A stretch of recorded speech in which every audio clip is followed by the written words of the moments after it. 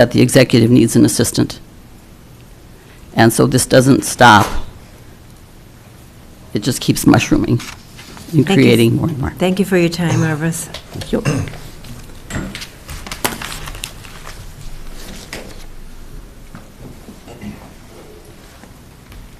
At this time, we have a special occasion. We will be having the new assessor sworn into the office today. And I believe we have someone that'll do that. Do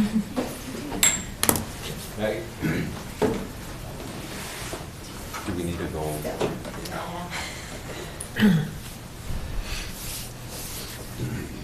right, you can raise your right hand and then repeat after me.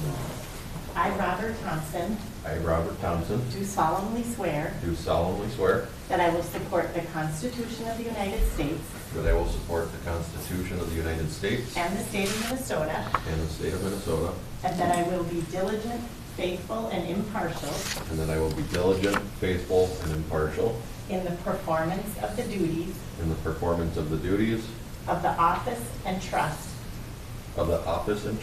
that I now assume as county assessor for Cook County. that I now assume as assessor of Cook County. So help me God. So help me God. Congratulations. Thank you.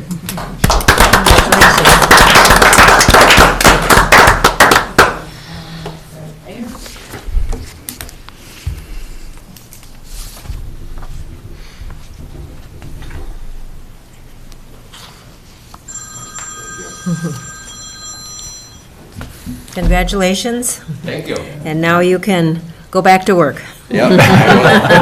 Thank you, guys. Thanks, Bob. Thank you. Okay, we'll look at the consent agenda. Anyone want to pull anything?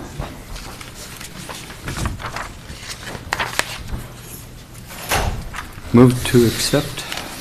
Second. All in favor? Aye. Opposed, same sign. On our agenda, we have the highway. Kristen Foster will tell us all about the South Shore rehabilitation.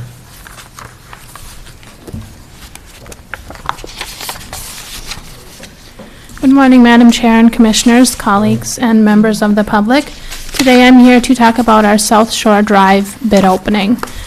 Typically, we would put bids forward for your review on the consent agenda. However, we felt this one deserved a little bit of explanation because it was far under what we talked about last month. So I'm here today to provide more details on this project. One of the topics that we've been talking about here in Cook County is the risk of high blacktop prices this season. Following the Husky Oil Refinery last year, we weren't sure what blacktop might cost for 3 miles of road on South Shore. I feel it's important to pave this road this year. In the past, we have left the pavement off for 1 year. However, on this road in particular, there are many homes and cabins that are very near to it, meaning that dust is something that we have to consider. So wanting to pave this road this year and not being sure what the blacktop prices might be, we did go in with a high estimate. In comparison, I recently awarded a project in Lake County where the blacktop prices were over $100 a ton. Here on the South Shore Drive project, we need about 17,000 tons of blacktop mix, so that's a pretty high amount. The good news for us is that this project came in at about $63 per ton. So we did not see the increase that we feared or that some other agencies are seeing for blacktop. So that is great news for our South Shore Drive project, and it's also great news for our state aid budget as we head into 2020. So the blacktop prices not increasing is one of the main factors why this project is so much under what we estimated. The bid that we received on this project, to be exact, is $2,737,914.55. We received 2 bids on this project, with the apparent lowest responsible bidder being KGM Contractors. The other bidder, who offered a price just over that, $2,796,000, was Northland Constructors. So we received very competitive bids, very good bids on the South Shore Drive project. And with your approval, or if there are any questions, I'm happy to take them this morning. We would be looking at starting construction in July. Okay. Well, it's good news to hear that the prices haven't increased. The lining culvert, what does that mean? You use a culvert that's already there? Yes, Madam Chair, that's a great question. One of the aspects of this project is to line several culverts instead of replace them. When a culvert is in fair condition, if it hasn't already collapsed, for example, we can line them, and in many cases, that's significantly cheaper than replacing them, depending on the depth of the culvert. For this project, we're using what's called cured-in-place pipe liners, which is essentially a very strong balloon, for lack of better words, that goes inside of the culvert. They have a machine that'll sit on top of the road and feed this material in, and then they set it or cure it with a hot water type of solution. So it extends the culvert's life significantly without having the expense of replacing it. And culvert lining is one of the costs that has come down as well. The most recent culvert lining project that I worked on personally was a couple of years ago, again in Lake County near Beaver Bay, and the prices that we saw for South Shore are about half of what that cost. So the market is getting more competitive for what we call cured-in-place pipeliners, and that is more good news for this project. Very good. Questions, comments? Commissioner Mills? Can you give any perspective on the life of a lined culvert versus just replacing it? Like, is that comparable? Madam Chair, Commissioner Mills, that's a great question, and yes, it is comparable for this type of liner. Thank you.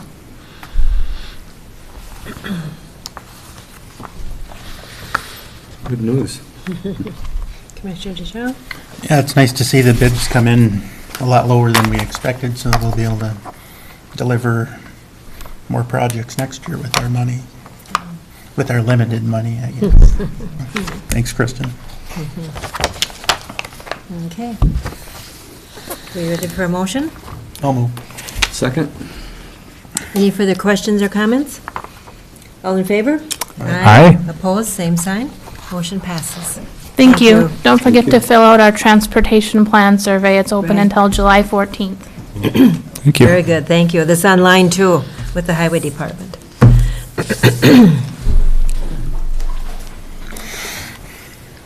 Okay, next up is Bill Lane. Good morning, Madam Chair, Commissioners. Morning. Cal.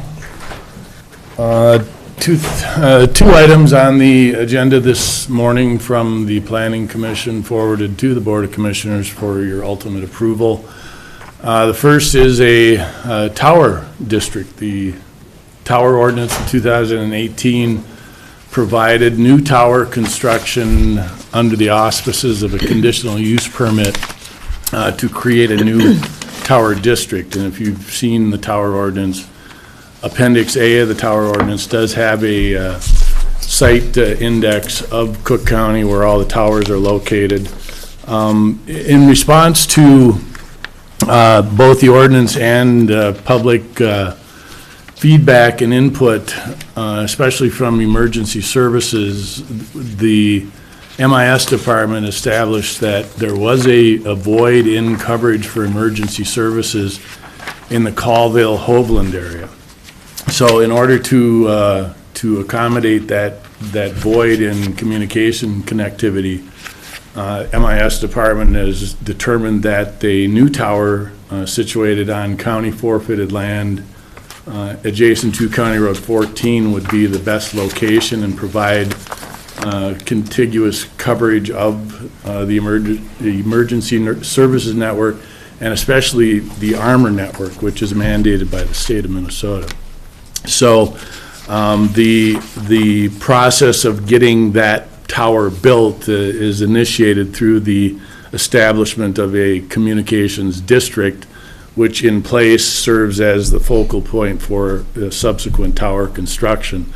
If you looked at the packet, you saw there was an overwhelming response from the emergency providers, emergency services, and even some citizens that, in one case, a citizen basically stated that had it not been for his location, emergency services would have probably resulted in his demise because he, excuse me, had an accident that otherwise wouldn't have been responded to by emergency services. So it's a very relevant community, county-based need. You know, there is some irony that we just did the tower ordinance and we're already identifying a new tower district, but that's what the language is established to do. So this is within the constraints that were identified in the tower ordinance. Overwhelming support. Obviously, there are some concerns aesthetically about the placement of a tower in a residential district. However, none of the residents in that immediate area had any objection to that. So that's a pretty good sign that it is at least understood the importance of it to the community and in that community-based landscape. So the Planning Commission did vote unanimously to approve and forward it to the Board of Commissioners with the recommendation that you as well approve their motion. Okay, very good. Thank you. And it, like you said, it did receive wide support. Correct, So yes. that's good for those folks, especially living up in that area between Colville and Hoveland. So mostly though on County Road 14. Well, I mean, the line of sight issue is, what I termed it as was the Colville gap, but I was corrected to include the Colville-Hoveland gap. So there is an area along that stretch of Highway 61 that does have several dropout areas which are pretty specific to emergency services. So it is that eastern part of the county where, if you've ever driven east, you know that there are cell drop-offs. That's a different coverage than Armour, because Armour is the priority. The cell coverage are kind of supplemental. So it's really an issue of looking for gaps, and if you looked at the narrative, it was described as a 5% statewide gap, and part of that 5% is the Colville-Hoveland gap. So we're trying to fill that. Thank you on that. Questions or comments, Commissioner DeShawn? Yeah, I think that's out in my district, and it's a pretty important corridor for law enforcement and the ambulance, but that is the corridor that our ambulance from Grand Portage runs in. And I think we had the Sheriff's Department do the amount of calls out in that area. I think it was 1,221 calls out there. So it is a very important district, and you know, a lot of the you know, if we have a person in Grand Portage that has a serious, severe heart attack, they usually have to send an ambulance from Grand Portage or from Grand Marais, and they meet, and it's usually right in that corridor, so their communication is a must. So.